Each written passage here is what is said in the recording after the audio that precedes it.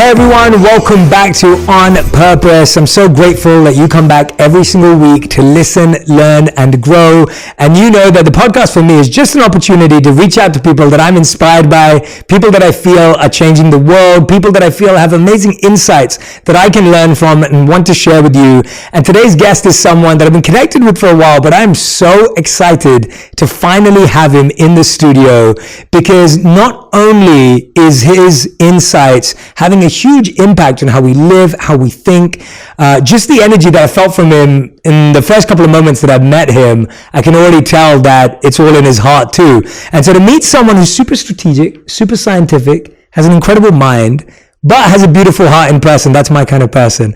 And today's guest is none other than Andrew Huberman. He's a neuroscientist and tenured professor in the Department of Neurobiology at the Stanford University School of Medicine. He has made numerous significant contributions to the fields of brain development, brain function, and neuroplasticity, which is the ability of our nervous system to rewire and learn new behaviors, skills, and cognitive functioning. He also is a McKnight Foundation and Pew Foundation Fellow and was awarded the Kogan Award in 2017. Work from the Huberman Laboratory at Stanford School of Medicine has been published in top journals, including Nature Science and Cell, and has been featured in Time, BBC, Scientific American, Discover, and other top media outlets. In 2021, Dr. Huberman launched the Huberman Lab podcast, which I'm a huge fan of, and I know you are too.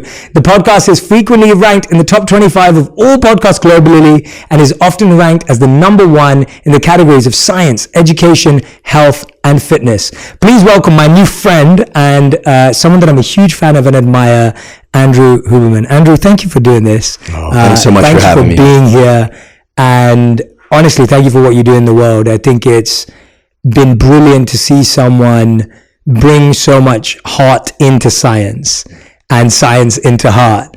And I know that people who listen to you and hear from you and communicate with you, and even I really meant it, the few moments we just spent right now, I love that combination. And I wonder how whether you even see it that way, whether you don't, but I'm fascinated by, is that how you've always lived? Have you been fascinated by the heart and science for a while? First of all, I just want to say thank you for having me here. We've known each other through some mutual contacts for a while, and it's a delight to be here. I'm an admirer and a fan of all you do and the way you approach it. So heartfelt thanks for having me here. In terms of how things have evolved to where they are now, I don't have much of a mission statement, but I suppose if I had to pick one, it's to share the beauty and the utility of biology. Since I was very young, I've been obsessed with learning, and I've also had a compulsion to share what I've learned, especially when I think that the information can be of use to people. So the little 6 and 8-year-old and 10-year-old version of me wouldn't shut up. I was just constantly talking about all the stuff I had been reading about on the weekends. And over time, it just made sense to become an academic for that reason. And then nowadays, with the advent of podcasting, I have this wonderful opportunity to share things that I think are useful. In terms of the heart and the mind, I can only frame it by saying that, our nervous system is our brain, our spinal cord, but of course all their connections with the organs of the body and back again. And so we really can't divorce any of the organs of the body from our thinking and feeling and action, and vice versa, as you very well know. And then from a more personal standpoint, I have had the great benefit of training with mentors in science who really lived and breathed their science, but also had a deep sense of humanity. Each one of them had an eye or an ear toward things that were relevant to them. In one case, one with a particular interest in mental health and the struggles around mental health and mental illness. The other, just a person who just loved animals and the natural kingdom. And then my other advisor was a very strong advocate for scientists of all kinds and backgrounds. And so I was so blessed to be weaned by people who really instilled in me a love and a desire for learning and sharing and doing research, but also understood that how one shows up to the conversation means everything. And so, I just feel very blessed to have had that, and I'm just trying to do right by them. I love hearing that. I had no idea that was a part of how you were mentored and guided. And I mean, I'm sure they feel very proud in seeing that you continue on and pass that legacy on and so beautifully. But I think what I find even more intriguing about that is so many of our early learning experiences are not necessarily that way. And you said that you loved learning and you love sharing. I think most people that I know, or at least that I talk to or I hear from in comments or podcasts, would say school was not an exciting place for them.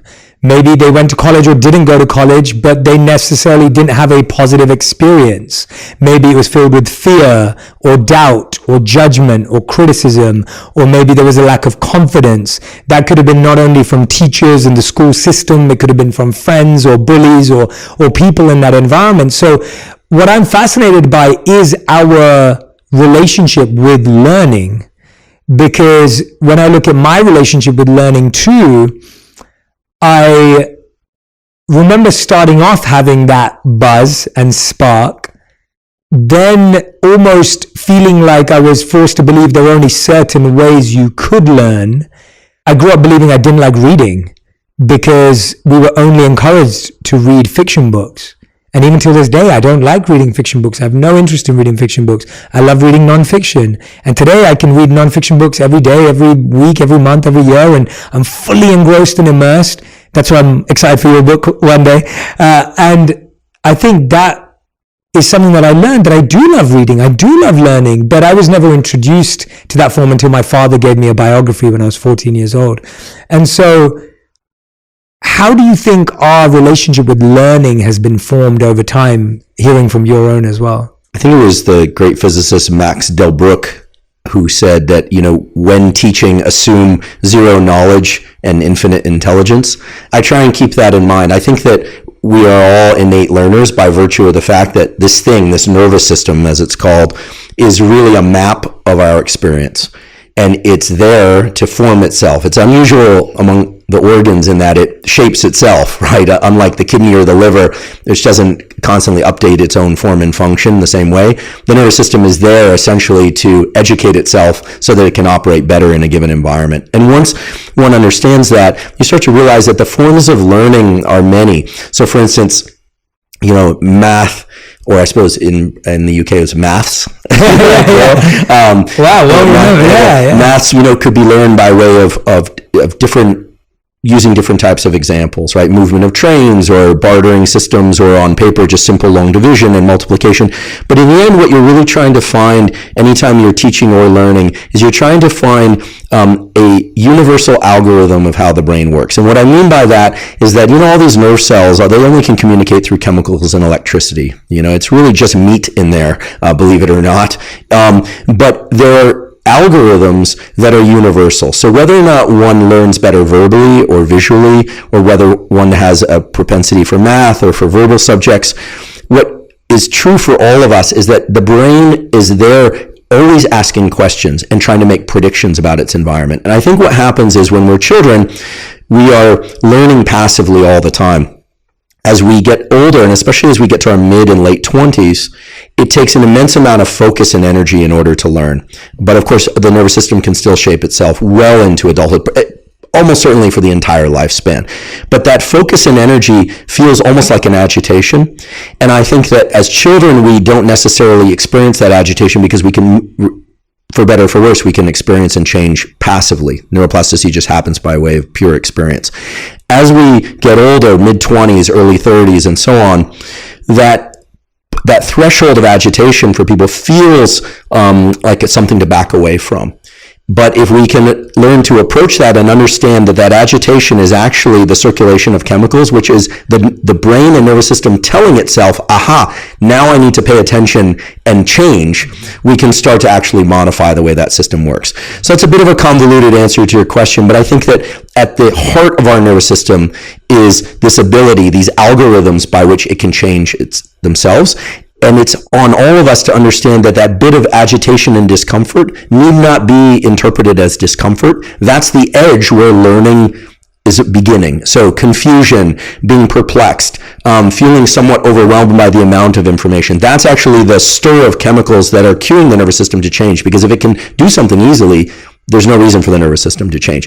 Now, in terms of different styles of teaching and learning, I think that many of us experience that agitation early on, and we for reasons that are understandable, we backed away from learning anymore. So for instance, I'm musically deficient. I love music, but I can't play music to save my life. And I think that's entirely because as a kid, every time I would try and play music, it just sounded terrible. Everyone cringed. The dogs literally howled. So I stopped, right? But knowing what I know now, that would be the cue to that the agitation, the stress, the embarrassment is actually the cue to the nervous system that it's about to rewire itself. So I think if people just understood that, children and adults would lean into learning more regularly and hopefully with more ease overall. Yeah, definitely. I mean, even now what sparks from that answer, which I actually really appreciated, is the idea that as we get older, as you said, it has to become more conscious. It has that tension. It's almost like you have to start figuring out how you learn best and how you process ideas. So for me, I know that I love to first dive deep and immerse myself in something. And then I like to create a structured approach to get there if I enjoy it. So if I want to learn a new skill, I'll get obsessed with it for a weekend. I'll go on the course, I'll read the book, I'll watch every video. I just want to dive in to really see if I genuinely care or whether it's me thinking I care, and to try and separate that ego and that true desire, for me at least. And if I do a weekend of something and I realize, oh, my ego liked that, but I didn't really like that, I'm going to step away. Or actually, wow, this is fascinating. Then I'll go and build a step-by-step plan with small steps and incremental steps. That I've learned over a long time of learning different things. How can people think about the best way they can learn? What are different styles? What are different methods that you think people can think of? If someone's listening right now and they're like, Andrew, well, I want to learn a new instrument, or I want to learn a new language, or maybe it's, I want to learn how to start a podcast, or I want to learn how to play a sport, or whatever it may be. How can someone start thinking about how they should approach learning? Terrific question. And fortunately, nowadays, we can look to studies done in humans that define some very key principles. The first principle is that the whole process of neuroplasticity and learning is really a two-stage process. First, there must be focus and alertness. That focus and alertness is associated with the release of neurochemicals, so-called neuromodulators, things like acetylcholine in particular, which sort of acts as a highlighter pen, if you will, for certain connections in the brain to later be reinforced. And the neurochemical adrenaline, which is also called epinephrine, also depending on if you're in the UK or elsewhere. A long, interesting story, not for this time, about why it has multiple names. Epinephrine, also called adrenaline, is associated with an increase in kind of agitation and alertness. Acetylcholine, think of it as kind of a spotlight or a highlighter pen for certain connections in the brain. So you need alertness and focus. And then the second stage is that it is only during periods of deep rest, in particular sleep, and something that I call non-sleep deep rest, which I've given an acronym because scientists like acronyms, NSDR, non-sleep deep rest. Things like yoga nidra, things like shallow naps, things like forms of meditation that don't involve a lot of focused concentration. You're far more the experienced meditator than I, so I'm outside my wheelhouse when talking about meditation. But it is only periods of intense focus and alertness followed by periods of deep rest that allow the nervous system to change. And there is an abundance of evidence for that. So that's the first thing to understand. The brain actually rewires during deep sleep and rest, because during deep sleep and rest, naps, yoga nidra, deep sleep, there's a replay of the very same cells in the brain that were active during learning, oftentimes in reverse for reasons that are still not understood, but at a much higher repetition rate. So you're actually getting repetitions while you sleep. This is why one will strain to learn a language or a motor skill or maths or something like that over and over and over. It doesn't happen. You take a couple of nights sleep, take a break from it, and all of a sudden it's there. It's because it happens in rest. Now, there's some other things that one can do to enhance this process further that arrive to us from good data. First of all, there's a so-called ultradian rhythm, which is the 90-minute cycles during which we can focus pretty well for a duration of about 90 minutes. Of course, flickering in and out of focus. Nobody really focuses for 90 minutes straight unless they've built up that capacity, or they are very interested in what they're learning, right? They're just wrapped with attention. Usually people flicker in and out. And of course, nowadays, there's a lot of literature and ideas about ways to maintain focus. Put the phone away, limit noise. Some people like background noise. Some people like music. Some don't. It's very contextual, highly individualized. But 90 minutes is sort of the batch of time that the brain can focus really hard on one thing before it needs a true rest of an hour or two before you can go back to learning or working very hard.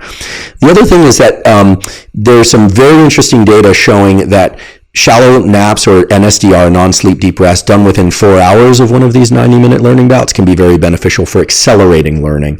And then there are these incredible data on so-called gap effects. So there have been studies now of skills that are physical skills, mental skills, where people will, for instance, try to learn scales on the piano, or a math problem, or a spatial problem, or a physical skill, and then at random, every so often, a buzzer will go off and the person will just be told to do nothing. Sit there, eyes closed or eyes open, and do nothing. Just stop the learning process for about 10 seconds and then return to doing what they're doing. These are these little micro rests. It turns out that during those micro rests, the hippocampus, a brain area, as you know, that's associated with learning and memory, and the neocortex, also associated with learning and memory, undergoes replay of the thing that the individual is trying to learn at 20 times the speed, also in reverse, just as in sleep. And that can lead and has been shown to lead to accelerations in learning.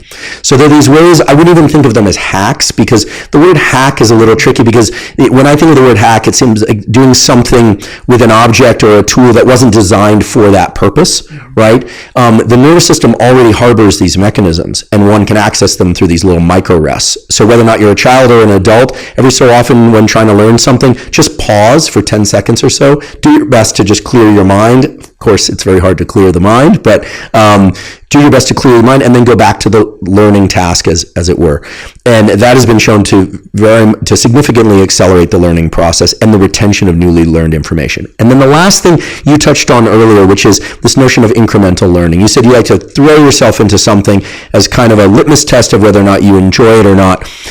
Turns out that from beautiful work done by my colleague at Stanford School of Medicine, Eric Knudsen, has shown that yes, it's true that early in development, in humans, this would be up until the mid-20s, we can learn things in larger batches and much more easily than we can later in life. However, if one batches that work into smaller increments, and for instance, deciding, maybe set a timer, turning the phone off otherwise, and saying, I'm going to spend 3 minutes, just 3 minutes, in trying to intensely learn this thing, even if I feel like I'm failing. If one does that repeatedly, those little increments of learning can lead to an outsized amount of learning overall. And so the nervous system loves incremental learning. It loves to batch things into focused little bouts. And, if that's already the tools that you've built up, which it sounds like you have, wonderful. But if somebody is out there struggling to learn, really trying to break things down into very brief periods of intense focus, that is the cue by which during sleep, the nervous system will change itself. And this has been shown over and over and over again, even in very late life individuals, people in their, we like to think life could go on further than this, but people in their 80s and 90s still have neuroplasticity. There's even evidence that new neurons can be produced in the hippocampus of people in their late 80s and 90s. So the capacity is there. This is why I love what you do, because you would never consider that the answer to learning is deep rest, more sleep. Provided the focus comes first. Of course, right. Yeah, of course, the focus and the attention, as you said. But of course, sleep deprivation makes it very hard to learn. And there's something else important that happens in sleep. Nowadays, I think most people, thanks to the beautiful work of Matthew Walker at Berkeley and others, really understand the value of sleep for health, immune system function, etc. There's a stage of sleep, rapid eye movement sleep, that we're all familiar with, of course, and where literally the eyes are moving, that tends to come later in the night during the second half of sleep, where there's a tendency to have very emotional dreams, or at least dreams that are laden with a lot of emotional content of some kind. During rapid eye movement sleep, there's an inability to move the body. We call this atonia. It's literally a sleep-induced paralysis that's healthy. And a complete failure of the nervous system to release adrenaline, epinephrine. This is sort of like a trauma therapy in some sense. If you think about it, it's a replay of an emotional event minus the neurochemical that makes us feel tense and agitated. So in our mind, those dreams can often feel very distressing. It's been shown that if you deprive people of rapid eye movement sleep, they fail to dump the negative emotions of things that happened the day before and the day before. And I think all of us have experienced the shift in emotionality that happens when we are sleep deprived, what ends up happening is that the little things seem like big things. But after a few nights sleep, we're okay. And there's no mystery to why that is anymore. I think almost every sleep scientist believes that it has something to do with this built-in kind of trauma release therapy where you get to experience the thing in your sleep minus the neurochemicals that make your body feel terrible. And somehow that dissociation allows people to then step back into life with a clean slate. Wow. Yeah. No, I've heard those ideas before, but the way you just wove it all together is really special. What I'm intrigued by then is what's the latest science on dreams? Because there are so many spiritual, wisdom-based approaches to dreams. I've never really dived deep enough, I think, from a scientific perspective into dreams, apart from some particular aspects, but let's go there. So I love the idea that sleep, of course, is acting as somewhat of a dishwasher, cleansing, healing agent, so that while we're sleeping, we're actually being able to release these ideas. Hence, where do dreams fit into that picture? Yeah, well, I'm glad you said dishwasher, because from a pure physiological standpoint, this is separate from dreams, but from a pure physiological standpoint, it's now well appreciated that during sleep, there's a rinsing out of the debris that accumulate in the brain. The brain is the most metabolically demanding organ that we have. It consumes tons of energy. Most of the energy that we burn in terms of calories is from our brain, not our muscles, even if people don't feel like they're thinking very hard. And thinking very hard, as we know, can feel very taxing. We can feel exhausted after a hard conversation. Yeah. Right? This washout, as it's called, is a so-called lymphatic rinse out. The brain wasn't thought to have a lymphatic system, but it does. Cerebrospinal fluid starts to reverse, basically, its pattern of flow during sleep. All these incredible ways of washing out the brain during sleep. Now, during the first half of one's night, the 90-minute cycles still persist that we were talking about earlier, these ultradian cycles, and those 90-minute cycles are mostly made up of so-called slow wave sleep. So we see big amplitude brain waves, this kind of thing. Dreams tend to be pretty boring early in the night. They tend to be more associated with motor function and movement. And it's actually the case that growth hormone is released in the early part of the night, and that most of the repair of the body and tissues is occurring during that first half of sleep. As the night goes on, dreams become more intense and more emotionally laden, regardless of what's been going on in someone's waking life. And in fact, toward morning, almost all of those 90-minute cycles that occur back-to-back is going to be comprised of this rapid eye movement sleep. So the sleep toward morning is going to be much more emotional. Now, the interesting thing is that if you look at the data on dreaming in humans, and you look at it purely through the lens of neuroscience, you get a bunch of language back about, okay, not much epinephrine happening, so you're dissociating the emotion from the neurochemical state.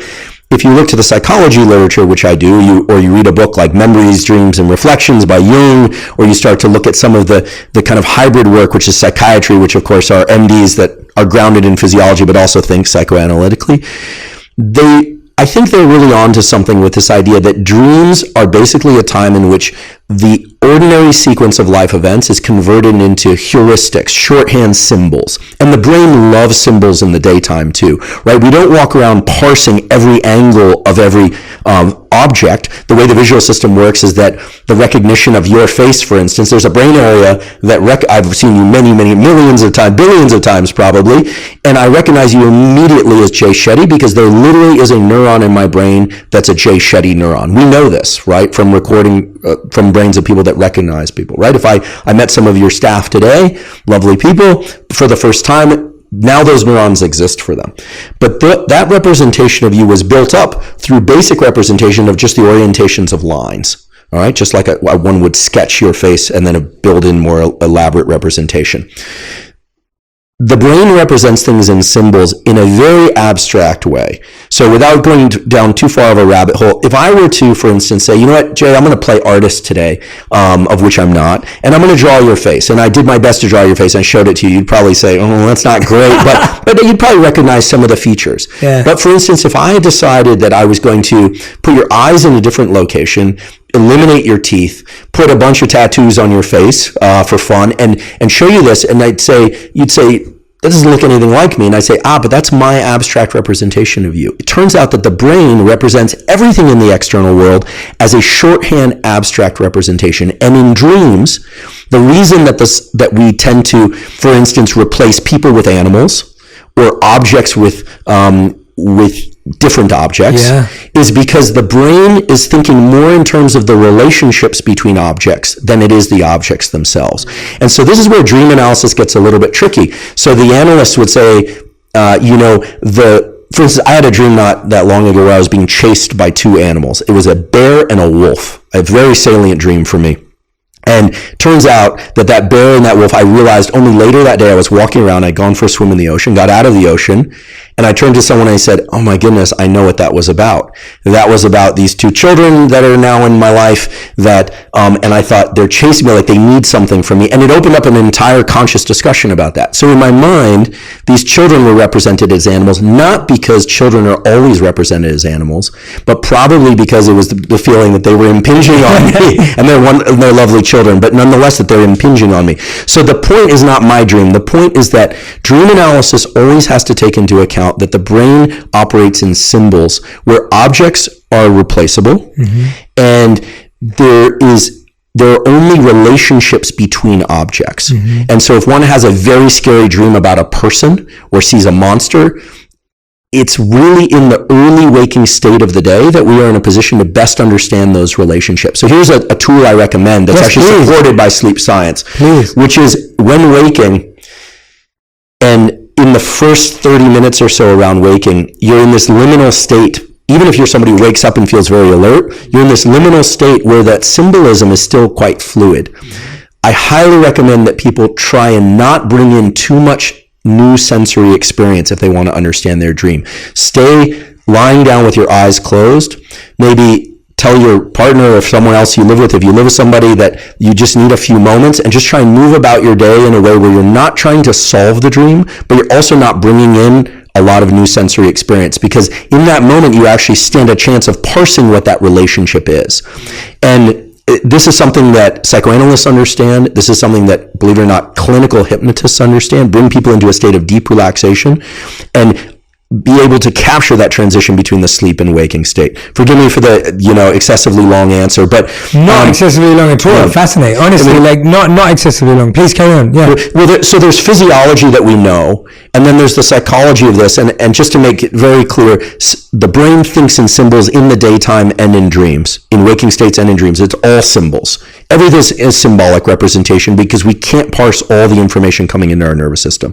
But because the nervous system's main job is to make really good predictions, to basically do statistics. Like when, for instance, as a child, one of the first things you learn is that objects fall down, not up. So the first time they see a helium balloon, it's like awe and excitement. That awe and excitement is the release of neurochemicals that teach the brain sometimes objects fall up, so to speak. Yeah. So once one starts to recognize that the brain is always trying to make these predictions, you can start to look at your dreams as symbolic representations and how those relate to one another. The action functions are far more interesting and important than, it was a vase, and when I was a kid there was a vase in my grandmother's home and that vase represented something. Maybe, but more likely you would want to think about the shape of it, or where that vase was in relationship to other things, because that's how the brain works. It makes predictions based on context. Yeah. I hope that's helpful to people. If there are other theories of dreams, and I'm certain that there are that extend past this, I apologize for not addressing them. But I think for most people, just thinking about the relationship between objects in their dreams is going to be more useful than thinking about what exactly the dream was about, quote unquote. Yes, and I want to just say, please do not apologize. That was a brilliant answer, and it was so useful even for me, because I think you're so right that so often even people will ask me, they'll be like, hey, I had this dream, what does it mean? One thing we have not solved as neuroscientists is two things. One, why it is that people need to tell other people their dreams, because other people, unless it's a trained therapist, are useless, of course, for helping unless they have intense knowledge of the symbolic representations in your life. We should all be doing this ourselves. And the other one is a kind of peculiar one, which there seems to be a need among many people that if they wake up in the middle of the night and they can't sleep, to wake up other people who are sleeping. But I haven't solved that one. No, I love that. And I completely agree with you. I think when I think about that, though, what really struck me was this idea of the brain loving symbols. And I think of what are healthy symbols throughout the day, because I think we forget. I mean, you came into this room earlier, we came into the studio, and you were looking around at all my symbols that I surround myself with. Do they count as symbols? Do they not count as symbols? Absolutely. Right.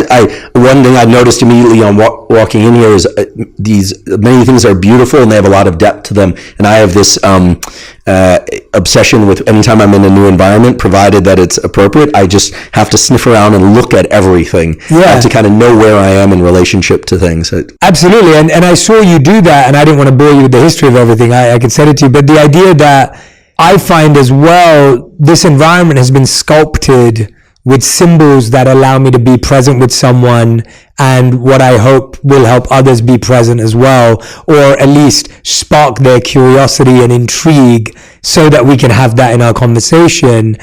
I wonder, what are healthy symbols? Are there certain healthy symbols for the brain to connect with on a daily basis, before sleep, after sleep, that allow us to program ourselves more effectively? Because I feel like most of the symbols that we're seeing are unconscious or unintentional, or mainly marketing or advertising or propaganda, but we're not really selective around our symbols. Yeah, I love that you asked this question, because for years, we hear these things like, you are the sum of the 5 people you spend the most time with. But nowadays we spend more time with symbols and people on social media than we do oftentimes with other individuals, or at least equal amounts of time in the room, right? Rarely is it just the physical bodies in the room. It's all the people in our phone, which I don't see as a bad thing. Right. Actually, for years, when I was working more or less in isolation in my lab, I had this little list. I don't think I've ever shared this before. I had this little list of people who I love and admire, many of whom I've never met.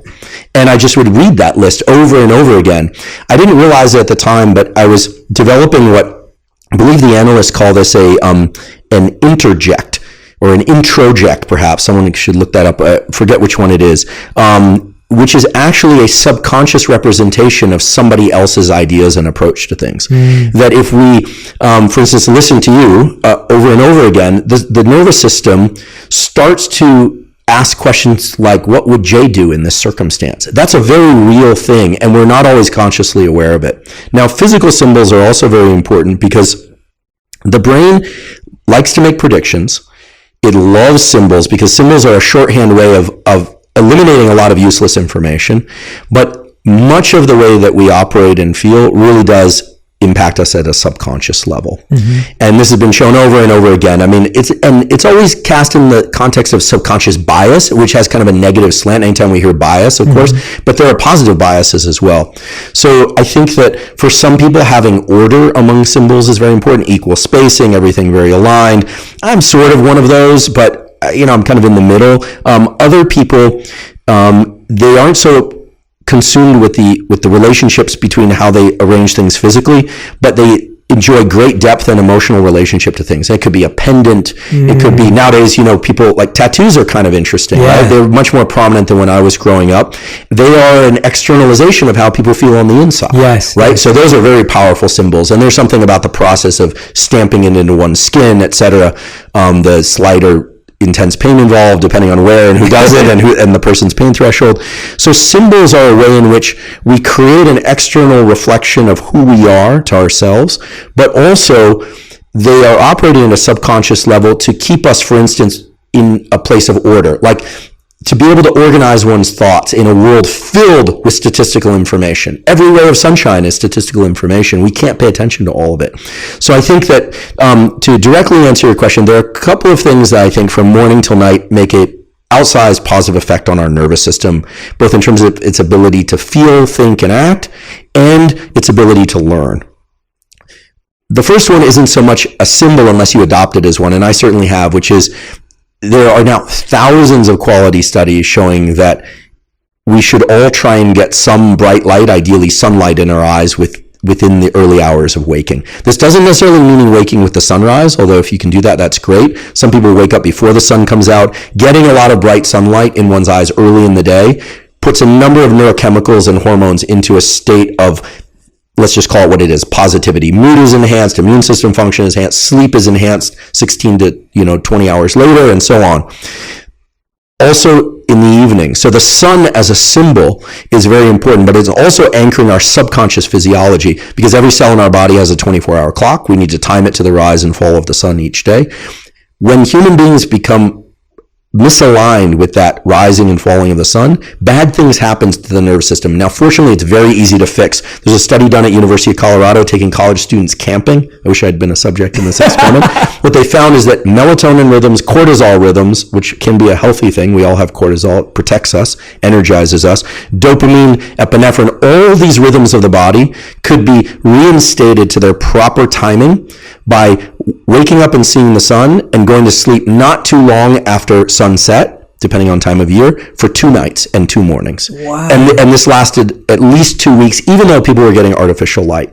So I would say the symbol of the sun is not just, it's not a trivial thing at all. It's the anchor by which our biology is designed and our psychology follows, of course. That's a brilliant one, by the way. Thank you. I think, many people who have trouble sleeping, many people who have mood issues, this enhances metabolism. I mean, I could list it on and on and on. Yeah. People will ask, so I'll just put it out there. Try and do this without sunglasses if you safely can. You don't stare directly at the sun. Never look at any light so bright that it's painful to look at. You can, of course, blink. Only takes a few minutes on a cloudless day. If you're in the UK in the depths of winter, you're still going to get more light coming through cloud cover by going outside than you would indoors with bright lights on. And it can take anywhere from 2 minutes to 30 minutes, depending on how dark or bright it is outside. Sunglasses and, eyeglasses and contacts, perfectly fine. If you think about it, if anything, that just focuses light onto the retina. Don't try and do this through a window or a windshield, because it filters out a lot of the light that you want. So the sun is a key symbol. I think if people could adopt that, I'm certain their physiology and psychology will benefit. Then in terms of physical symbols, I find it very useful, and there are good data. If a picture is worth 1,000 words, a movie is worth a bazillion pictures. So having an image of something that makes you feel good and seeing that early in the day, tremendously powerful. Having a mental image of something in your mind is equally powerful, because you also carry that with you. Yeah. And then if you do have a meditative practice, or even if you don't, being able to try and bring the mind and the body into that experience. So taking a moment to look at a photo of someone that you love or appreciate, or the actual person, right? And being able to actually sense that and feel it at a complete nervous system level. It might sound like kind of woo science, but it's not. The nervous system extends through the whole body. Yeah. So the extent that you can make that a truly whole body somatic experience, that leads to an outsized effect on just the ability of the nervous system to function. And then, of course, we are bombarded all day with negative symbols. There's just no way around that. But we can buffer ourselves against those negative symbols by very strongly associating with certain things. And here I'll just defer that great neurologist and writer Oliver Sacks had this obsession with minerals and stones. He felt they had personalities. And he used to say that he had developed such a strong relationship to them, their touch, especially as he started to lose his vision later in life, that the way they felt, and they made him feel safe, they made him feel good. So these could be inanimate objects. So find things that you love and associate with them on a regular basis, and you are literally shifting your nervous system towards this place of buffering yourself against negativity, and you are reinforcing the very circuits that trigger the release of neurochemicals that make you feel better. And some people might say, well, then you're just kind of doping yourself up with your own chemicals. But as a last point here, the neurochemical dopamine is a very important and very misunderstood molecule. First of all, it is the substrate by which epinephrine, neural energy, is created. And people think of it as dopamine as just feeling good, but dopamine is not about feeling good. Dopamine is the molecule of motivation and the desire to pursue additional things in a particular line of life. So when we positively associate with a song, a person, a face, an object, the sunrise, we don't just benefit from those activities based on the effects of those activities. It's also what we believe about those activities combined, and the release of dopamine makes you more capable of then leaning into life and going and doing other things. And so and these are not small effects, right? The effect of a small, even 0.5% increase in dopamine transmission in the brain is the difference between feeling like your life is bleak and you can completely attack the day in the positive sense. So fill your life with symbols. What's wonderful is that you get to curate what those are. If you don't have access to them in your physical environment, they can be entirely internal. Yeah. And when I think about the great stories of the Viktor Frankls and the, and people who have just overcome tremendous challenge, they've internalized symbols such that the tiniest of things can actually evoke this dopamine release system. And dopamine is just a generic neuromodulator. It doesn't know anything about your experience. It only knows what you believe about your experience. And it's deployed according to what you believe about your experience. So in theory, I could train my dopamine system to release dopamine every time I raised my right hand if I genuinely thought that has meaning for me. And this is the art also of superstitions, right? This is why people will engage in superstitions, because they've built positive associations with outcomes according to a certain behavior. So what you start to realize is that the brain is making predictions about the external world. Who's Jay? When's he coming back? What objects are going to be in the room this time versus next time? If I suddenly walk out and that painting over there, which I happen to love, is now on a different wall, my nervous system would notice that, because it's also making predictions about internal state. And a lot of depression and anxiety is about people feeling like, when they feel lousy, that lousy feeling is going to go on forever. Yes. The way to rewire this is to understand that making and controlling predictions about how you feel internally gives you a sense of agency.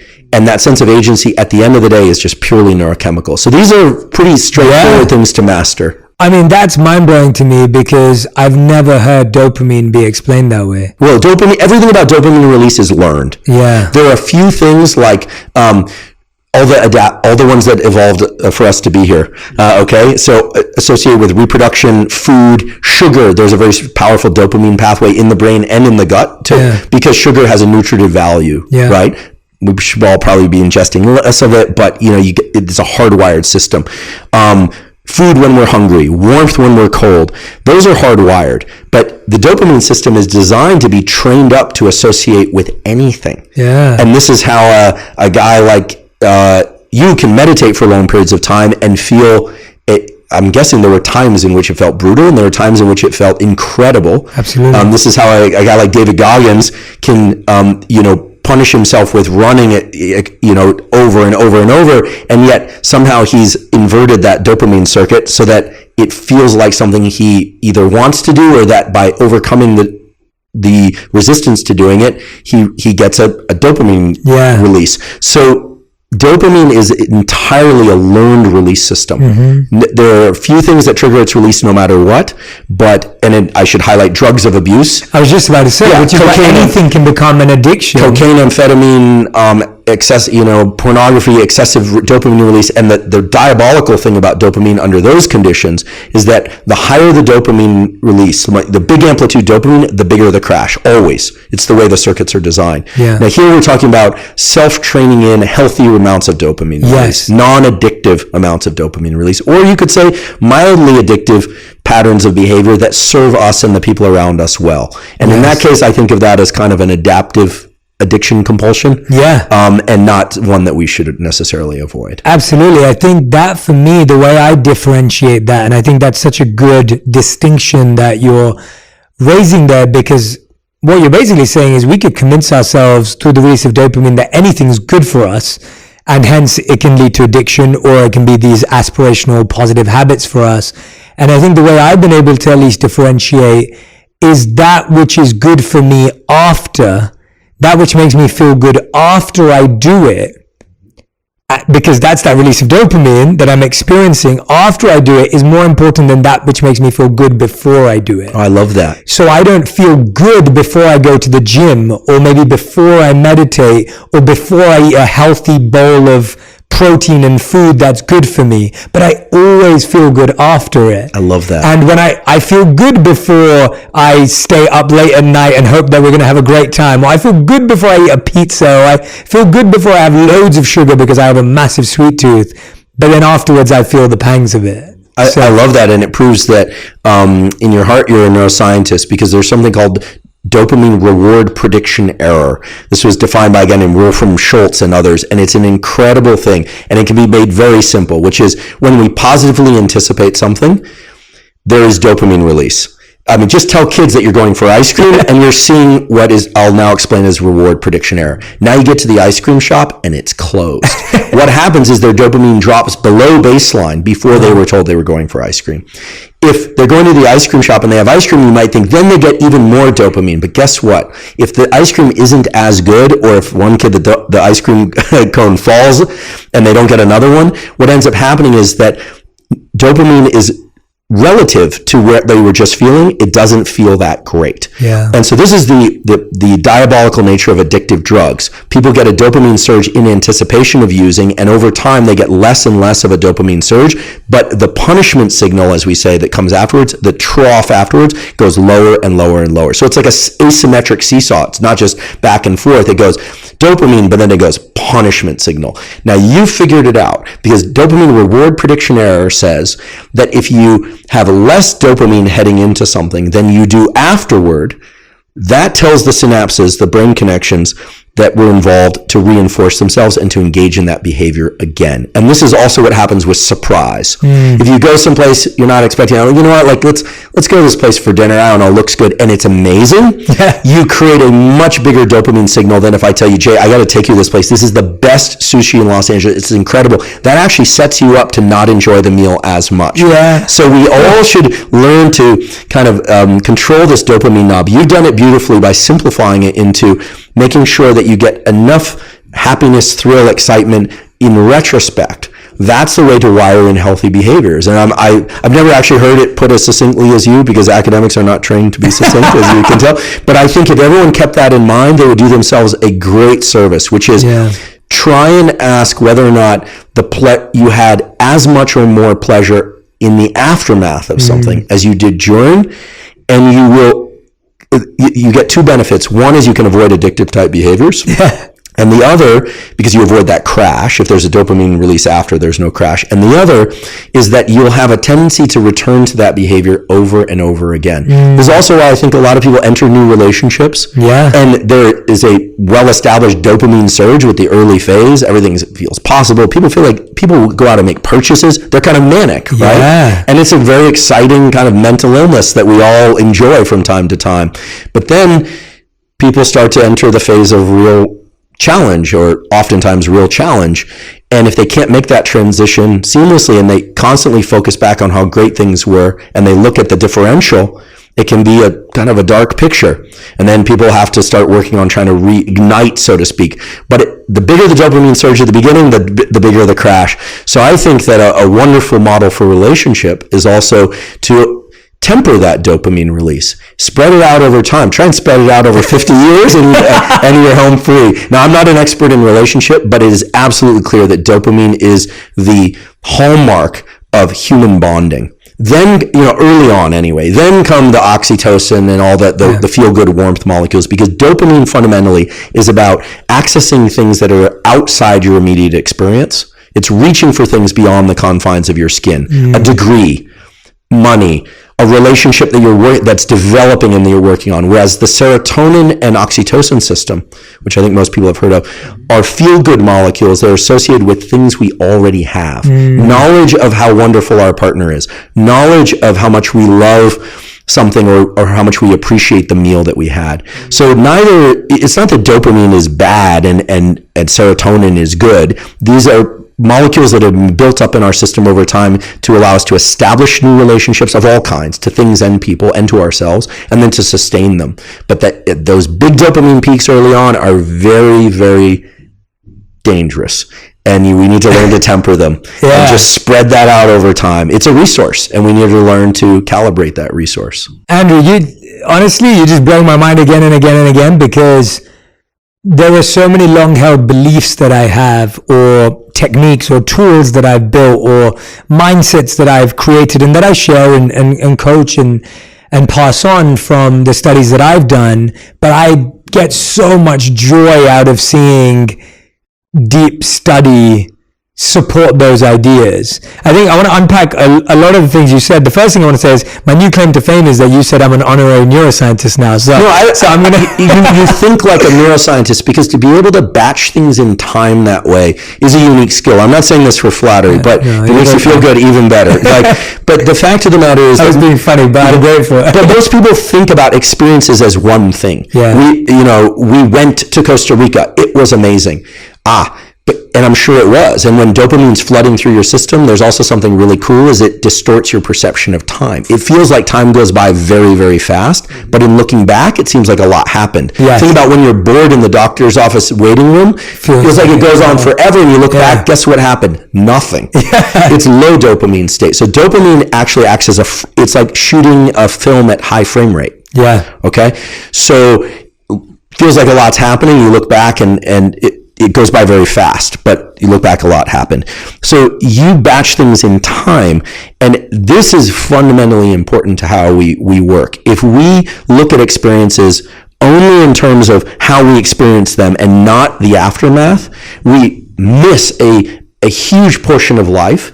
And more importantly, we miss the opportunity to access the right behaviors and thoughts. Yeah. We can be very misled by things like dopamine. It's really a tricky molecule to work with, and we're all working with it. No one is immune from this. Of course. Right? Yeah. But yes, you are absolutely a neuroscientist. That's my new tagline. Wherever I go. No, I have such a fascination with neuroscience, and I hope that at one point in my life I create the time and space to deeply study and study alongside. We should do an experiment. It's genuine a desire in my life. So I'm not just... Stanford has a mind-body lab, Ali Crum's lab, which is all about beliefs and how beliefs shape our physiology. My colleague David Spiegel in psychiatry studies hypnosis and brain states and beliefs and mind-body. So Stanford, of course, does all the hardcore, rigorous stuff around molecular biology, genetics, et cetera, deep sequencing. But we also have a collection of people there that are very interested in mind-body, so we should design an experiment. Yeah, definitely. Yeah. I'd love to. That's music to my ears. Unpacking more of what you said, what I find so interesting is that you said, obviously, this painting that you like behind me, and then you said if it was in another place, then, it takes a bit of time to reconfigure and recalibrate, what's going on here. And when you look at our lives today, so much of the anxiety that we experience is based on change, or the lack of being able to predict, as we talked about, or unpredictability. And we've long known, kind of like what you were saying before, we've long known that, things will not always stay the same. We realize that change is the only constant, that uncertainty is the only certainty. Like, we know these truths, yet we love holding on to predict. Even for me, like when I walk into this room, I do predict that these things will remain on the wall and the mics will be here and Homer will have set up the lights, and there's some predictability there which creates security. But as we all know, shifting and being good with change is so integral. What do we do with that? Like, how do we start opening up and being more comfortable in the discomfort of change? Not just growth, but just change and shifts that we don't expect and predict. Yeah, I think two ways. One, I'll just go back to this fundamental feature of the nervous system, which is it's trying to make predictions. So the reason why change is stressful, even positive change, believe it or not, is quote unquote stressful. I agree. Is because of this, and the release of adrenaline and associated molecules with any time things change. I mean, if you look, the psychologists have worked this out. There's a hierarchy of stressors. And of course, at the top of that hierarchy are awful things that we don't, I think at the top, to be honest, I think death of a child is perhaps the greatest stressor. Divorce, death of a loved one, these kinds of horrible things that we wouldn't wish on anyone. Then as one goes down, not too far below, you see things like moving to a new home or apartment. Yeah. You think, well, that could be a great event, right? Yeah. Birth of a new child. And you think, well, wait a second, I thought that's supposed to be one of the greatest joys in life, and indeed it is. But it's stressful to the nervous system because so many things have to be reconfigured, not to say anything about the lack of sleep with a newborn and this kind of thing. So change is always going to force our brain to make more assessments of our environment. One of the things that we can say about the brain for sure is that once it learns something, it likes to not have to think about it. When you walk, because you already know how to walk, you don't think right, left, right, left, right, left. But when you learn how to dance a new step or something of that sort, or a new skill, sports skill, you have to think about it, and it's work. And anytime we have to think about behaviors and they aren't simply reflexive, that work, as we call it, it's a combination of the release of things like adrenaline, epinephrine, in the brain and body. I should say from the adrenals in the body, but also in the brain from a little brain area called locus ceruleus that acts as kind of a sprinkler system for the brain to kind of wake up all brain areas, saying, okay, let's pay attention to a lot of stuff here. Very basic system, but very fundamental system. It's literally a wake-up system for the brain. It works in parallel with the release of adrenaline into our body. Now, one way to deal with change is to simply know this, right? To understand that if one feels stressed or agitated around a new move, or you have a partner who's really stressed about a new move, even though it's exciting, it should be exciting, that's perfectly normal, because what they're experiencing is this increase in agitation and alertness. And it also makes it harder to enter deep, really relaxed states because the brain is in a mode of predictions, making predictions. What's happening next? Thinking. And one of the things that's key to falling asleep each night and replenishing our ability to think and make predictions is the ability to turn off thinking. This is why I'm such a fan of what traditionally was called yoga nidra, which literally means yoga sleep, lying down. It's a form of meditation, as you know, and with breathing, etc. I certainly want to point out that I have no desire to rename any of these ancient practices. These are beautiful practices that have been built up over thousands of years. The reason I call sometimes batch yoga nidra with so-called NSDR, non-sleep deep rest, is that unfortunately, both in science and in traditional cultures around some of these behaviors, the language has become a barrier for people to try them. I agree. I'm not trying to wash away any of the wonderful culture and tradition around these. I want to be very clear about that. But ultimately, it's about accessing a state of mind, as for anyone that's listened to a yoga nidra script, and I should say I do nidra every day. I have for almost a decade now. It's without question, along with viewing morning sunlight, the most powerful practice I think I can recommend to anyone. It is about, as you always hear in a classic nidra script, you move away from thinking and doing to being and feeling. Now, what is that? If we take a neuroscience lens, what is this thinking and doing, being and feeling? It's about shutting down of the prefrontal cortex, which is making predictions. What's happening next, right? As we move into sleep, you enter that kind of liminal state where things become disjointed, right? A cat flies through the room and then you might jerk yourself awake and it's kind of odd, but that's the state of not thinking and doing and just being and feeling, being in one's pure somatic experience. So I would say, in order to move through change, designate 20 to 30 minutes each day to put the brain into a state of non-thinking, non-doing, and into a state of quote unquote being and feeling. So not making predictions. Now, the tricky thing is when one is stressed, that's especially hard to do. Yeah. And this is why I think, what was it, Thich Nhat Hanh said, who said, when stressed, meditate every day, but when stressed, meditate twice as long. Yes, right? When I don't think I have time, like that is almost when I need to make the time. Yeah. It's a skill. And so this ability to turn off thinking enhances one's ability to enter sleep, which is vital for mental and physical health, obviously, learning, etc., for reasons we discussed. So develop the ability to deliberately disengage from thinking and doing, and do that during periods of low stress. Right? 20 to 30 minutes a day, even 10 minutes a day of just learning, teaching oneself and practicing the art of turning off prediction is an incredibly valuable skill. Wow. And then the other one is to just understand that we're being bombarded with contextual change all the time. I love Instagram. I teach science on Instagram. I see you there daily. Yeah. And so scrolling on Instagram is an interesting experience because in 5 minutes, you can look at 1,000 different contexts. The human brain has never dealt with that kind of change before. Even when I was growing up, there were 3 or 4 good channels, then it went to cable, and then now you get onto an airplane or something, you got 240 channels. Yeah. That's a drop in the bucket compared to what we can get in a social media feed. Yeah. So I think we just need to be aware that the brain can work with that, but then what you're turning on is an ability to walk into a new context and figure out the statistics. Imagine if in an Instagram feed, And I'm not demonizing Instagram. I think they're wonderful. I think they provide a wonderful resource, truly. But imagine if we walked out of this room and it was a completely different landscape. It was a jungle. Then we turn the corner and go into what I would think was the kitchen, and it was the kitchen of some Thomas Keller restaurant in New York. Turn the corner and all of a sudden we're underwater. That's social media. Yeah. And we can cope with that. That's the metaverse. Yeah. So if I think about it that way, then I think if we can cope with that, then we can cope with transitions in so-called real life with ease. Now, some people have more situational awareness than others. They walk into an environment and they're sensing all the things. Other people walk into an environment and they're very good at narrowing their attentional spotlight. The latter group actually has a bit of an advantage.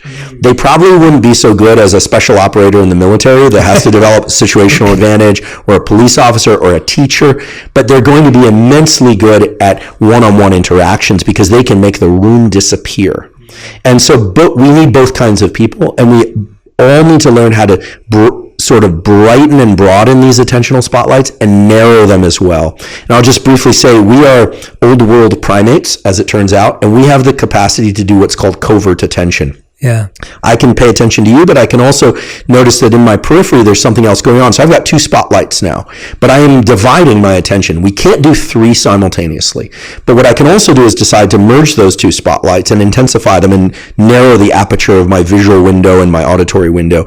So we should always think of our attention as 2 spotlights that can be very broad, or it can be very narrowly focused, and that we can overlap them. Yeah. And I think that's fantastic. I think we should all know how to do both. Yes. We should learn how to narrow the aperture of our focus, deeply engage, but also deliberately disengage. Yes. And the process of falling asleep that we were talking about before is the practice of learning how to take that attentional spotlight, move those 2 apart, and then not dim them, but extend that same luminosity out more broadly, and then we're off to sleep. Yes, so it's about deliberate control of the nervous system. And unfortunately, we all know how to focus on something if we're very stressed or excited by it. Most people don't learn how to turn off this focus and learn how to deliberately disengage. And one of my great hopes for humanity is that children and adults will learn how to deliberately disengage. Yeah. Because it benefits sleep, which benefits mental and physical health. And also, if you think about it, most of the bad things that we do to ourselves and others, and that people do to one another, most, not all, but most, are from a heightened state of reactivity, where we're just not conscious. Yes. And that's because our aperture, our window of attention is too narrow. We're not taking into account the full space and time of what we're thinking about. Yeah. And as a last point, space and time are linked in the brain. If you have a narrow visual focus, you tend to have a narrow time slicing, right? Which makes sense. Mm-hmm. If you think about like a little kid watching ants on the ground, mm-hmm. and then gets called into dinner, and all of a sudden the way you batch time is different. When you're sleepy, you tend to batch things in big blocks, okay? Or when you're bored, big blocks of time. When you're very excited, stressed, or happily excited, you're in that fast frame rate. You've gone from 60 frames per second, which I think is a typical smartphone, to 1,000 frames per second.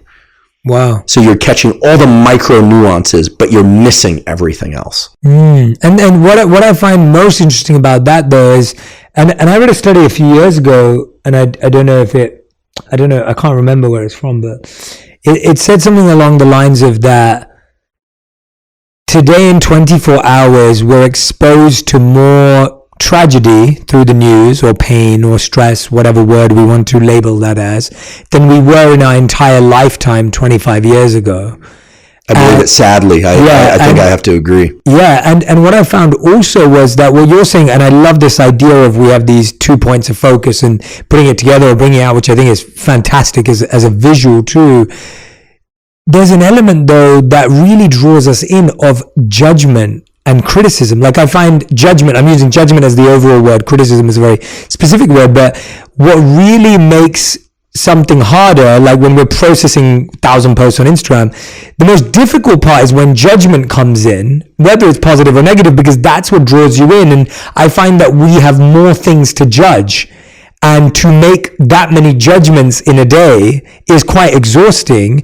And then to be exhausted by the number of tragic or stressful moments that we experience. And like you said, that it's okay if we're on Instagram, we're seeing multiple things, or we're seeing this kitchen into this animation into this world. But when a lot of it is painful, to deliberately disengage but remain connected to reality, I feel like that's somewhere where people feel like they're in no man's land. Yeah, and it's a particular challenge now with the number of images and movies that can come at us, and I think that here I'm not one to usually talk like this, but I think much of building a good life is about both honoring and challenging the asymmetries of our nervous system. What I mean by that is, everything we've talked about up until now are wired into us from birth. We have dopamine, epinephrine, these circuitries, we get an attentional spotlight. We show up in the world with that, and we have to work with them. We also need to acknowledge that there's an asymmetry to learning. Before we talked about the gap effects and the two-stage process of neuroplasticity, there are exceptions. The exception is learning of negative things. You only have to touch the hot stove once, or metaphorically speaking, the hot stove only has to touch you once before it changes you. So there's one trial learning of negative experiences. Now, once we understand that asymmetry, and once we understand that negativity actually has a bit of a stronghold on our nervous system, then I would hope we would accept the idea that then we have to work a little harder to counter that, or maybe a lot harder, in the same way that so-called highly palatable foods, which is now is kind of science geek speak for unhealthy, highly processed foods, because there's some, I do love fruits and vegetables, and there's some wonderful baked goods, let's face it. I love croissants, so I don't want to demonize highly palatable foods, but I think we would all do well to eat healthier foods, and they are not as rewarding in the short term as some of these highly palatable foods, right? And especially to the young nervous system, there's a milkshake or candy just tastes better to these kids than vegetables, for reasons that are hardwired into the nervous system. But we know that kids need their fruits and vegetables probably more than they need candy. Okay, so we have to all learn to counter these built-in asymmetries in our nervous system. And as adults, we probably thought we had it made, but then now we're bombarded with all this negative imagery. And so the key is really the symbols that we were talking about earlier, to really build in positive symbols and internal symbolic representations. What I mean by that, not just physical things in our environment and people, but also how we hold those things inside is so important. And I think this is what comes to this notion of intentions. It's work. Right life and right action and all these things that we hear about, it's work. It's working against the tide that is pulling us toward negativity. That's in fact, there's a study that was done in the 60s. It was published in the journal Science. There's an excellent journal, the Apex journals. They had people with stimulating electrodes in their brain for reasons related to neurosurgery. These people could stimulate multiple areas of their brain one at a time, and then they reported how they felt. So that the human would stimulate and they'd feel drunk, or they'd stimulate another area and they'd feel happy. They'd stimulate another area, they'd feel sad. It's fascinating. We learned a lot about the human brain from these studies.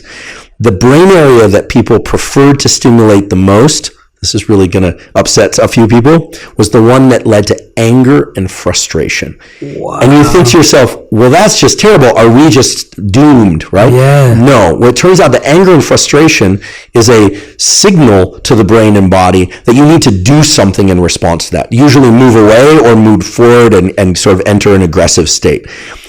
That's trained, right? That's like habit. Like that probably comes through in habit. Yeah. I think this is why I spend more time on Instagram than I do on other social media platforms. But listen, I'm not embarrassed to say, you go on Twitter and it's a more combative zone. Yeah. It's just the nature of the beast there. It's a more combative zone, in part because there are a lot of academics on there.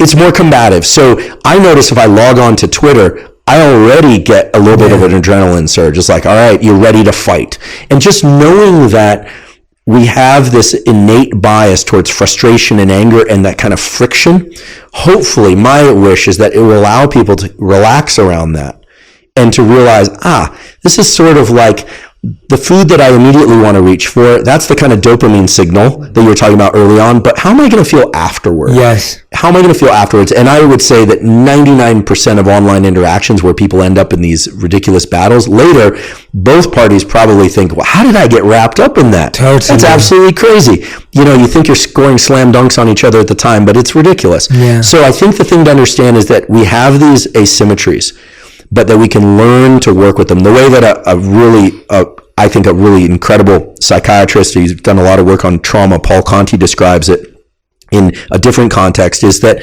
and he's like, to my mind, the expert on trauma and just has done beautiful work, is that it's like those little kids' toys where there's a little ball bearing moving around in a maze. He described this to me. So this is all Paul Conti. He's an MD, and this is his work, not mine, his words.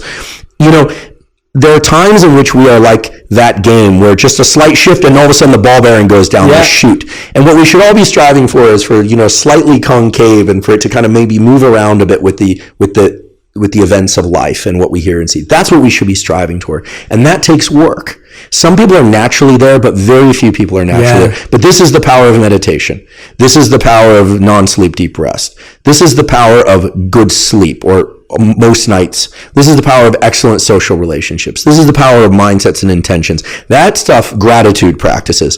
None of that stuff is weak. All of that stuff acts as a kind of a foundation from which we can approach things and go, yeah, the impulse is to get pretty upset about that, but I'm going to lean away from that. Very hard to do when we're not tending to those foundational elements. Actually quite easy to do over time because it gives us the perspective. And I think that if we understand that we're being bombarded with this, it's like being at a buffet of junk food. Yeah. But understanding that somewhere in that buffet is really nutritious food, and that's what we should be aiming for, and learning to kind of override the natural signals of, ooh, I really want that, and I really want that, by thinking about exactly what you said earlier, which is, how am I going to feel afterward? Yeah. And what's that? That's dilating our perception of time. We're getting out of that slave to dopamine mode, and we're starting to think about, no, I'm not going to let dopamine control me. I'm going to control dopamine. Mm-hmm. And that's powerful. Yeah. What that sparks for me is also this idea that I've been in love with for a while, is fragility and strength, and how not being exposed to something doesn't protect you, but it makes you weaker. It absolutely does. And nowadays there's a big interest in so-called dopamine fasts. I think they have their place. If people have been engaging in things that are high dopamine evoking behaviors, there is a place for this. This is one of the routes to sobriety. Beautiful work by my colleague at Stanford, Dr. Anna Lemke. She wrote Dopamine Nation. Incredible book about dopamine in the context of addiction, but all kinds of addiction. She talks about this. There is a role for dopamine fasts. Really moving away from intensely pleasurable activities for about 30 days is necessary for some people to reset. Yeah. But it's naive for any of us to think that then you go back into the world and you're not being bombarded with temptation of different kinds. I mean, the whole idea is to bring the system back into balance so that you can notice the subtle inflections, right? I guess the meditators and yogis, I always loved the language they use, would be the kind of subtle.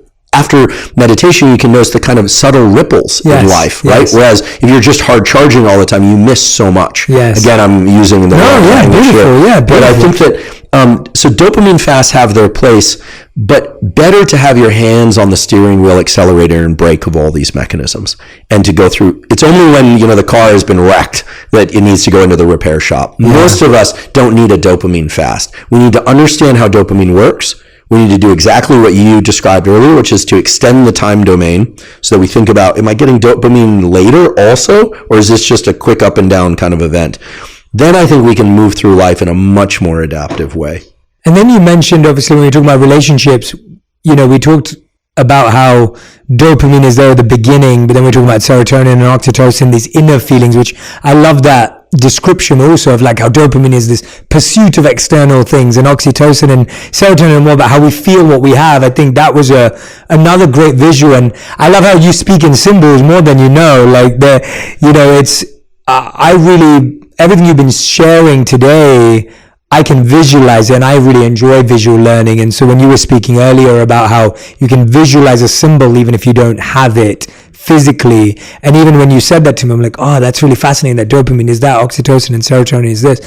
With oxytocin and serotonin, we know that a lot of the habits you just mentioned, they are what create this balance, right? So the reason why people are talking about decreasing dopamine, I guess, is because we've noticed that dopamine is shooting through the roof, and often what we do for oxytocin and serotonin are not really that balanced across the board.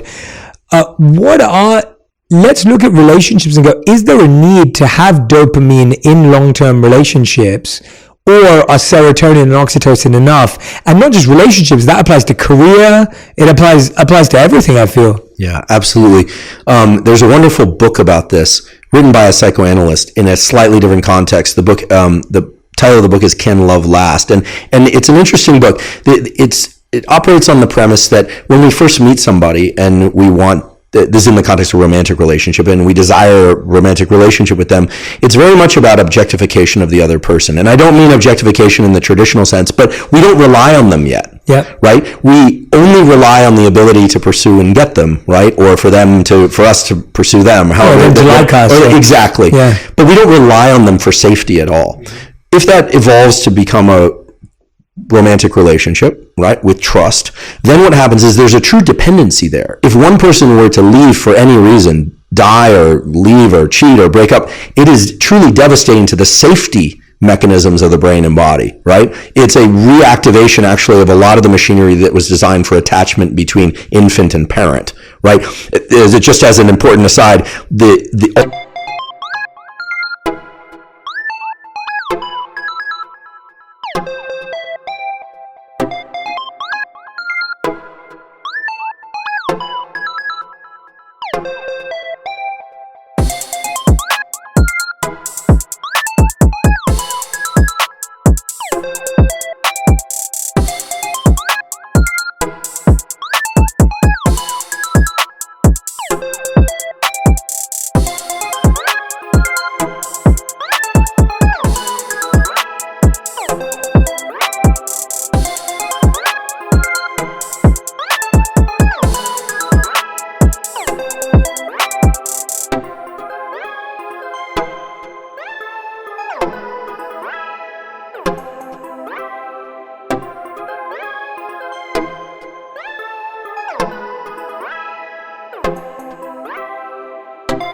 all the work on attachment that was done by Bowlby and Main and others in psychology of deliberately taking babies away from their mothers and then reuniting them and evaluating the responses, batching them into different, all that circuitry isn't lost as we grow up. It's repurposed for romantic attachment. Mm-hmm. There's no question about that. No question about that. We just operate in the different domains of anxiety becomes about waiting for a text message as opposed to, mother to come back in the room or nursing, etc. So same circuitry reapplied. As we advance into relationships, we become more dependent on people. But the idea, and that it's touched on quite a lot in this book, Can Love Last, is that there is a need from time to time in some relationships to bring the dopamine element back in. Now, certain cultures have actually built this in a very strategic way of actually having men and women not physically contact one another for several weeks out of each month in order to maintain the kind of quote-unquote excitement of a relationship. Wow. Nowadays, we tend to have this model of lover and best friend and sometimes even business partner, right? Literally. Which for some people can work and for other people can quash all the excitement, right? It really depends. And especially nowadays where people are working a lot more from home, there isn't a tendency for people to spend much time apart and to miss one another. Yeah. Missing one another, the yearning for the other person is a beautiful thing. Yeah. It's a painful but beautiful thing. What is that yearning? That yearning is the pain of the lack of dopamine and serotonin. I actually just came back from a trip and we were visiting a couple friends of ours and they said, it was really beautiful. They said they've been together a long time. They said they've had 3 nights apart in their entire relationship. Wow. And one of them got sick during that time apart. And I thought, that's beautiful. Now, for some people, that's a beautiful model. For other people, that would be excessive, and it actually could eliminate a number of the positive neurochemical features of the relationship. Yeah. And there's a lot of variation around this. So dopamine is required to quote unquote re-up the excitement in a relationship. How is that achieved? Well, dopamine is the molecule, as you recall, of reward prediction error, of novelty. So doing things that are not expected is great. Routine is great for serotonin and oxytocin. Predictability, routine, predictability, same thing. Safety, routine, predictability. Serotonin, oxytocin system, no question about it. Dopamine is the neurochemical of novelty and pursuing new things. So for couples that are very set in their ways and feel very safe and homey together, wonderful, but creating ways in which they miss one another or creating new experiences for them to kind of re-up the dopamine in the relationship can have a tremendously positive effect. And I look forward to a day where neuroscience is actually incorporated into relationship design in an intelligent and respectful way, that they're respectful, meaning that there are differences. But we see a lot that people will just go out and get a new relationship, right? I'm of the mind that unless, it's a dangerous situation, better to probably avoid divorce, right? Certainly for sake of children. I've heard, of course, that divorces can rescue relationships too. I understand there's a lot of nuance, but I think everyone would prefer, emotionally, financially, etc., to be able to be in a great relationship for a long period of time. And so I think that understanding the push-pull between dopamine and serotonin is key. And just to remember that missing someone, yearning for someone, is the anticipation of how great it's going to feel when together. Absolutely. I think that could go a long way. And also for people that get very, very, very excited about the new person, the new thing, just be wary that not everyone's dopamine system works the same way. And with dopamine, it's great to have increases in dopamine, but where it passes a threshold and it's very big peaks, where there's a peak, there's a crash, and the crash is always asymmetrically deeper than the peak. There's no way around this. And so learn to temper the excitement if you're an excitable person. And I would say learn to ramp up the excitement a little bit if you're somebody who's not so easily overwhelmed. Yeah, definitely. I mean, me and my wife, we've been married for 6 years and nearly together for 10. Which you seem to have an amazing from the outside. I would say I always like to clarify that I don't think, I grew up wanting a Hollywood romance, and my views of love were defined by movies and music, and I realized that is not what love looks like at all. And my wife has been a great teacher to me in that space of showing me what a beautiful relationship can look like, but it doesn't look like how we think it is. And I think often when people see me and my wife, they may think we have that version too, and I'm very careful about the idea that we have a fantastic relationship, but it isn't fantastic for the reasons that TV or movies has convinced us that relationships are good. But we spend around 3 months apart every single year, not by design or choice, just by work and life. And I haven't seen my wife for the last 3 months, so it will be one more month before I see her. So the yearning is real. I cannot wait to see her. But at the same time, I get to focus on myself. I get to have alone time. I get to refill and refuel myself. I get to discover new parts of my identity. I get to learn a new skill. Like so many healthy, and of course we don't have children yet, so we don't have that responsibility. But going to what you said, I see so much value in how we can be open to these ideas. I think that's the point, that it's not about there's one size fits all or one right way. But I want to shift, Andrew, with our conversation to something you brought up earlier, because and if you don't feel comfortable talking about it, we don't. But I heard, and I've become aware that you have tattoos. You have symbols. Yeah, Tim Ferriss outed me on his podcast. Yeah, thanks, Tim. Yeah, I do. I grew up a child of an academic, and but then when I was a teenager, I got involved in skateboarding, punk rock music. I still have a lot of friends in that world. So the photographer for our podcast is from DC and Nike Skateboarding, Mike Blayback. I have good friends in that world. Become friendly with guys like Danny Way, and it's amazing. One of the greatest skateboarders of all time, by the way. I mean, he and I aren't close friends, but we become friendly. And for me, it's I grew up in that, and yeah, those were cultures that made a lot of sense to me given where I was at the time, and that have always felt to me like my first non-biological family. So I started getting tattooed pretty young, too young, and I will say to all of those out there that are thinking about it, think carefully. They are permanent.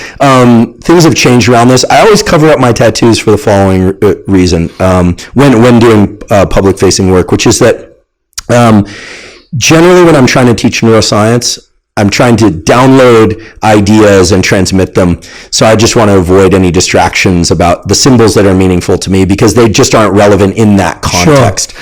I have a good friend who explained it this way. He said, well, maybe tattoos should be an important part of the hiring process because rather than covering them up, if you have a lot of tattoos, it is evidence that you can sit still for a long period of time while in intense pain. So that's brilliant. I'll also say this. I was fortunate to know good tattooers. A good tattoo, there's a range out there. Yes. And along the lines of them being permanent, I will also say that black and gray lasts longer, doesn't fade than color. Yeah. So I'll say what's your most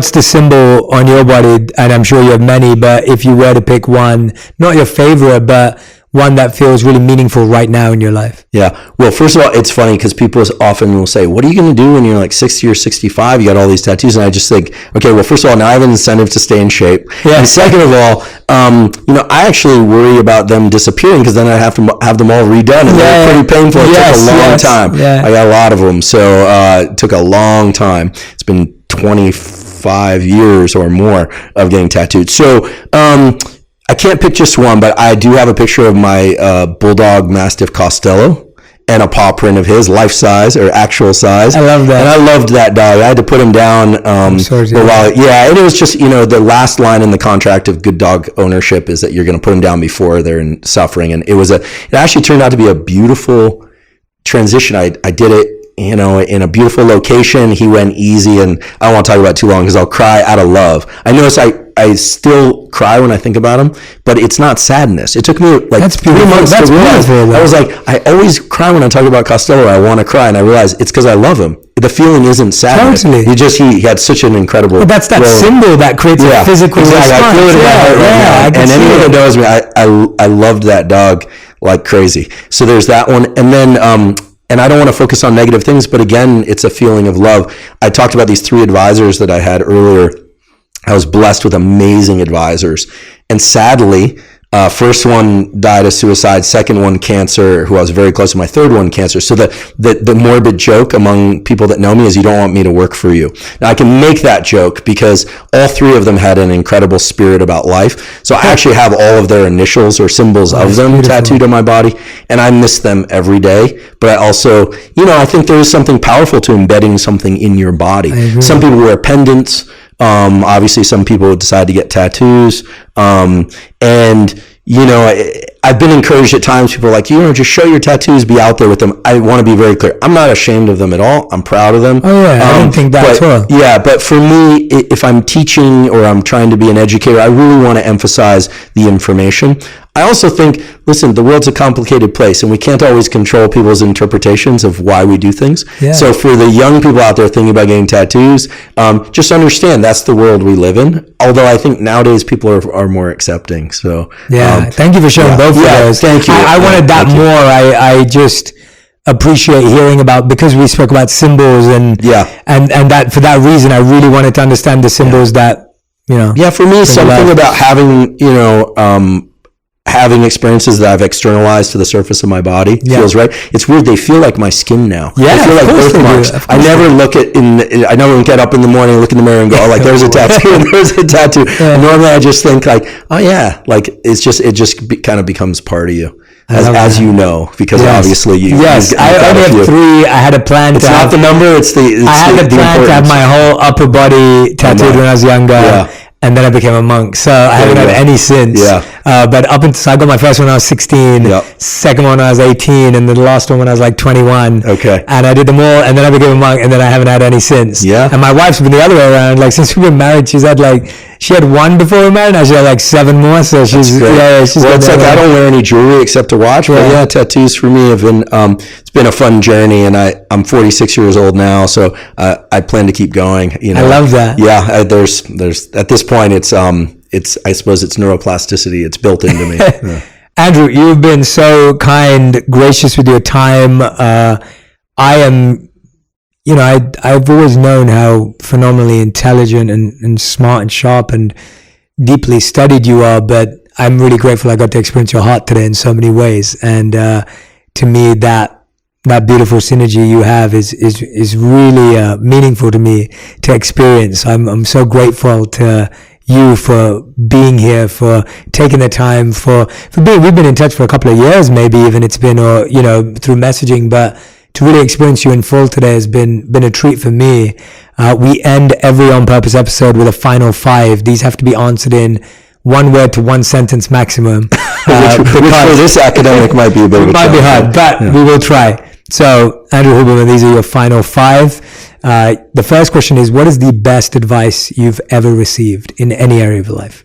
Know thyself. Right. The Oracle said that, and it's absolutely true. We have to be good scientists of ourselves and understand where we have talents, competency, and or challenges, and then work with those. Beautiful. All right. Second question. What is the worst advice you've ever received or heard?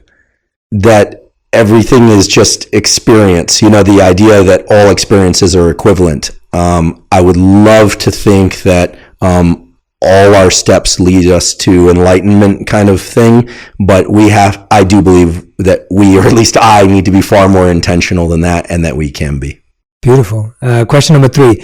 What is something that you didn't value before, but you've learned to value now? Almost embarrassed to say it, but family. I've relied very heavily on friendship as a deep source of reinforcement in my life. I've leaned hard into that for many, many decades. I think recently I've become quite moved by the supports within my family that I hadn't realized that really set me up so well to do what I want to do in life. Beautiful. Love hearing that. Question number 4. What's the first thing you do in the morning and the last thing you do at night? First thing I do in the morning is get outside and get sunlight. And if the sun isn't up, I flip on all the lights and then I go get sunlight. I also drink a glass of water. Before I go to sleep at night. Yoga Nidra? You're not doing that at night. You're doing that throughout the day. Yeah. I think about those 3 people I was talking about before. I do every night.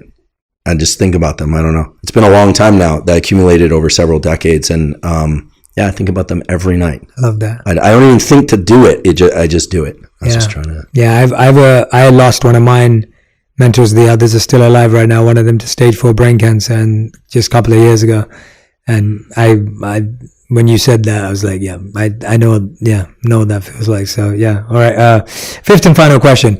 If you could create one law or set one habit that everyone had to do every day for the rest of their life, what would it be? I think I know what it's going to be, but I'll have to ask you. Well, since most people assume it's sunlight viewing, I'll just assume they're doing that anyway. I would die a happy person if people would adopt a practice of learning to deliberately calm down, whether or not through non-sleep deep rest or a couple deep breaths. Find a tool, because I really believe that much of the misfortune and pain of life could be avoided if people learn to calm down. I also know that there's a lot more joy to access when we do. Andrew, you're phenomenal. You blew my mind multiple times today. I hope this is not going to be the only time that we hang out. We agreed the first time we spoke that the podcast was an excuse to build our friendship. That's right. I feel like this is a podcast episode that I would highly recommend that everyone listens to again, takes notes. When you make those notes, try and find those elements that you want to put into practice. I would highly recommend that everyone who's listening to this episode go and subscribe to and listen to Andrew's podcast, which is a wealth of wisdom in everything we've discussed today. Today we've tipped the tip of the iceberg. We've dived into so many different areas. You'll find episodes on every single aspect of what we've discussed on his podcast. Highly recommend that you go and check it out for the episodes that really connect. We didn't even dive into your incredible work deeply on vision or on sugar and diet, and we didn't even get to go there, and we'll do that hopefully another time. But please make sure that you tag Andrew and I on Twitter, maybe on Instagram, to let us know what connected with you, what resonated with you, what is something that you're going to try this week because of this episode, how those habits are going. I love seeing you put these ideas and insights into practice. That is the whole goal of living a life that's on purpose. Andrew, I thank you from the bottom of my heart. Express my deepest gratitude for doing this.